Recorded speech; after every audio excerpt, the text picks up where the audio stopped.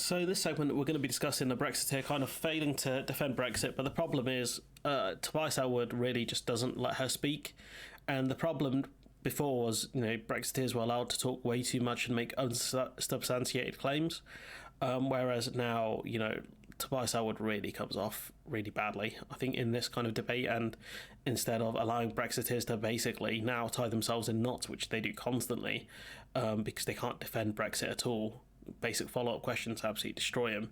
Tobias Ellwood kind of makes this Brexiteer lady look like a victim, which it kind of reinforces the liberal metropolitan elite kind of nonsense stereotype they have in their heads.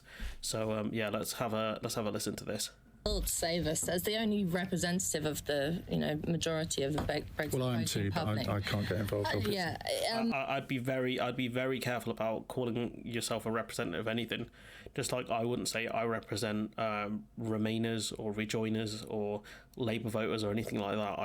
I would not be claiming that you represent any group apart from the only thing you do represent, which is yourself or some sort of organisation if you work for an organisation. I don't want to rehash. Tell us, how's it going? I don't want to rehash this, the Brexit argument, but what I will say is it's pretty sick-making the relish with which politicians enjoy looking, describing and rubbing our nose in how bad they say it's all going. I don't think any Brexiteer with two brain cells to rub together thinks genuinely that we're in a rosy, sunlit uplands, whatever it is. Change. And so for me, it's like this. It's like you guys said Brexit would be great, and you guys made all of these bold claims, and you ruined people's lives. Let's be honest, they ruined people's lives. EU citizens that lived here, people that didn't have passports had to apply for residency. You ruined the lives of British people who live abroad who had to apply for residency where they are.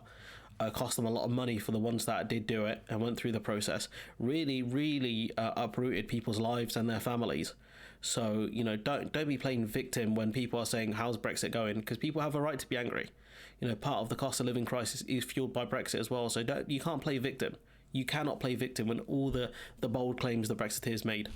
And who has? Hang on a minute, Tobias. That's the question. That's what I mean. He's jumped in straight away, and I know I jump in, but the difference is I'm not interrupting a person. I'm interrupting a video. So I think Tobias Ellwood should really if any kind of people that are going onto TV panels is let the person speak a bit, and then if they talk absolute nonsense, then you can come in and say you're talking nonsense and here's why, and then reel off, kind of combat their point rather than just kind of interrupting straight away. I haven't been in Westminster making the calls. I tell you, if I had, there'd be a lot of things that were different. You just said you were a Brexiteer. Such as what? That's Tobias Ellwood. That's the question he should have asked. We're all Brexiteers. We all are living with Brexit. Hang on. I'm saying this model of Brexit is not working. So tell us, how do we change? Let us speak. I know. I'm used to Remainers shouting at me, and don't worry. I'm not a Remainer. I'm a post-Brexiteer. We're all. This is what I mean. It's not a good look, especially as a dude, kind of shouting over a woman. It's never a good look. All post-Brexiteers. The fact that you Tobias, label people. Let her speak, please. But the thing is, as I was saying, I don't think anyone thinks we're living in a one that I've just described how bad the cost of living crisis is. No one thinks that things are going well. The point is, I'm not sat in the House of Commons making policy or making law. Part of the Brexit vote, the excitement of it was giving more democracy to ordinary people, to your average Joe and Jane.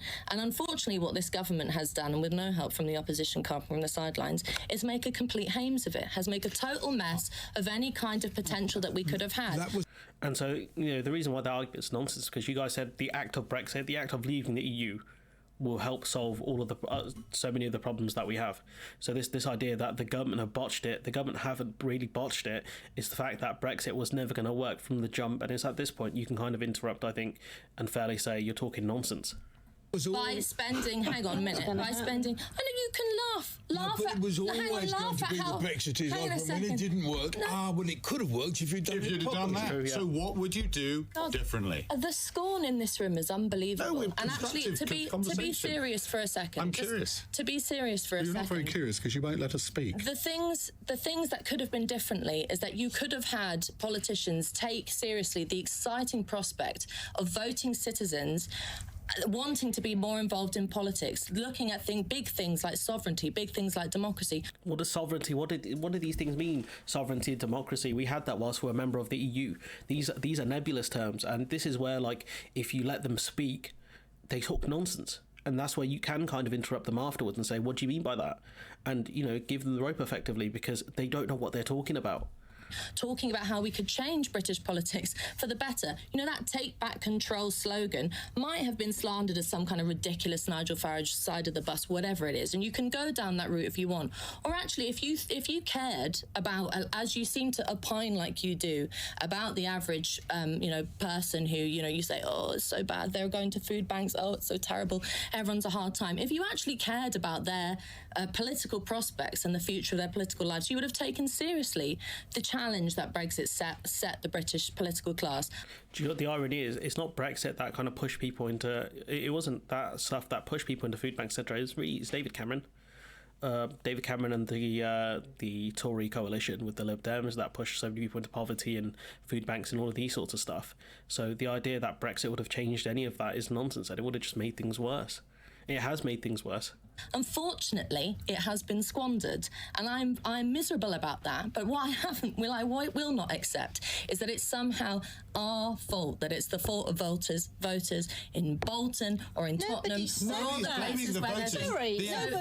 has said that. For you to sit here, hang on a minute. Nobody has said that. Finish the point. And this is the thing, Brexit has kind of exposed further the ineptitude in politicians, but if the voters thought Brexit was going to go great, it was always going to be in the hand of a certain group of politicians who don't really change that much, let's be honest, and it was going to be up to them to actually resolve the issue. So if we're arguing that all of these politicians are talentless hacks, and the reason Brexit was squandered because these people are talented hacks, it goes down to the system, which is the problem, the first past the post system, the party system we have, but also the voters who elected Boris Johnson, gave him a huge mandate, and elected all of the other MPs, because if it wasn't going to be Boris Johnson who was PM, if the Conservatives won, it could have been Rishi Sunak, who at the time didn't have a high profile, but any one of those kind of conservative Brexiteers could have won power and done absolutely nothing with Brexit. So this kind of argument that it's not the voters' fault, when kind of is, because they were duped twice, arguably.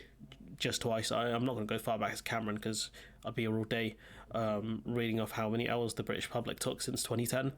But point being is, you need to give these people time to speak, because right now, post-Brexit, with all this chaos going on, they can't defend Brexit. And so the more they talk now, the more nonsense you can pick at, because like I said, she talked about sovereignty and democracy, and I would have just asked her, what specific things do you want changed? And then when she lists maybe having more local representation, say we could have had that as a member of the EU, that's the line they should have gone down, because Brexit is not popular and these Brexiteers are struggling. The old school arguments of Brexiteers had of the German car industry and the French winemakers and all of this stuff, it's all dead. It's all dead. They can't use that as a defence anymore. You got Brexiteers arguing against their own trade deals that they signed. Brexiteers against Brexiteers. That's what we should be kind of fomenting, and then pushing them to the realisation that it wasn't the Brexiteers, the politicians, that did us in here. It was Brexit in the first place. You can't argue, the politicians botched it. They were elected to do something. You should have followed their mandates closer. You should have followed their manifestos closer. And if you thought they weren't the right people to do it, you should have said so at the time. And perhaps the conclusion should be that we should never have done Brexit, because the list of politicians we have, with the kind of calibre of politicians we have in this country, is rubbish, and therefore they were never going to make Brexit work. It's the wrong conclusion to come to. Brexit was never going to be a success. But at least that's one of the things you can point to.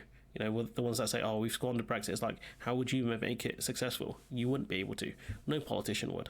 That's the right conclusion. Sorry, I'm rambling a bit here, but you got Brexiteers, Nick Ferrari saying this isn't the Brexit I voted for.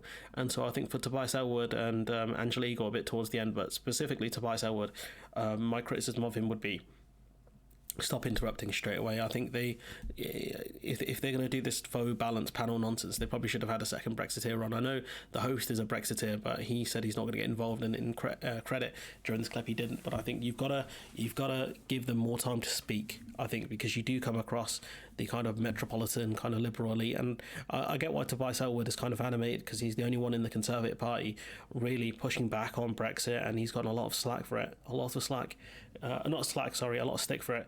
He's the one that said we should look at rejoining the single market, and he's been berated by Tory MP after Tory MP calling it nonsense. We know we can't rejoin the single market, but he's moving the conversation past Brexit is a good idea, and even from Brexit was a bad idea to actual solutions or possible solutions. Fair enough, it doesn't exist, but you get my point. And so I think for me, it's important to actually let Brexiteers talk now, because they were coming off all sorts of nonsense pre-referendum. Now they've got no defence. There's no German car market. There's no French winemaker. There's no Belgian chocolatier. I'm surprised they didn't use that one. That's actually a good one. All they have is sovereignty and democracy, and you can poke holes in that very easily and make them look stupid. That's the key now. It's just counterpunch. Make them look stupid. What do you mean by democracy? What do you mean by sovereignty? All of this kind of stuff. Poke holes in the CPTPP. I know I'm rambling a bit, but that's what they should be doing. That's what we should be doing. Instead of kind of overly aggressive stance, just him being a dude and her being a woman. That in itself, the optics are not great, but it's just he comes off as, the stuff that Brexiters imagine Remainers are. That's the problem. But anyways, if you disagree in the comments, let me know. But yeah, she struggled here. I think she did leave like a tweet or something further below. But we're not going to go dig for that. Let me know what you think in the comments below. Like, comment, share, subscribe. Support the channel on Patreon if you can. And hopefully I'll see you in the next one.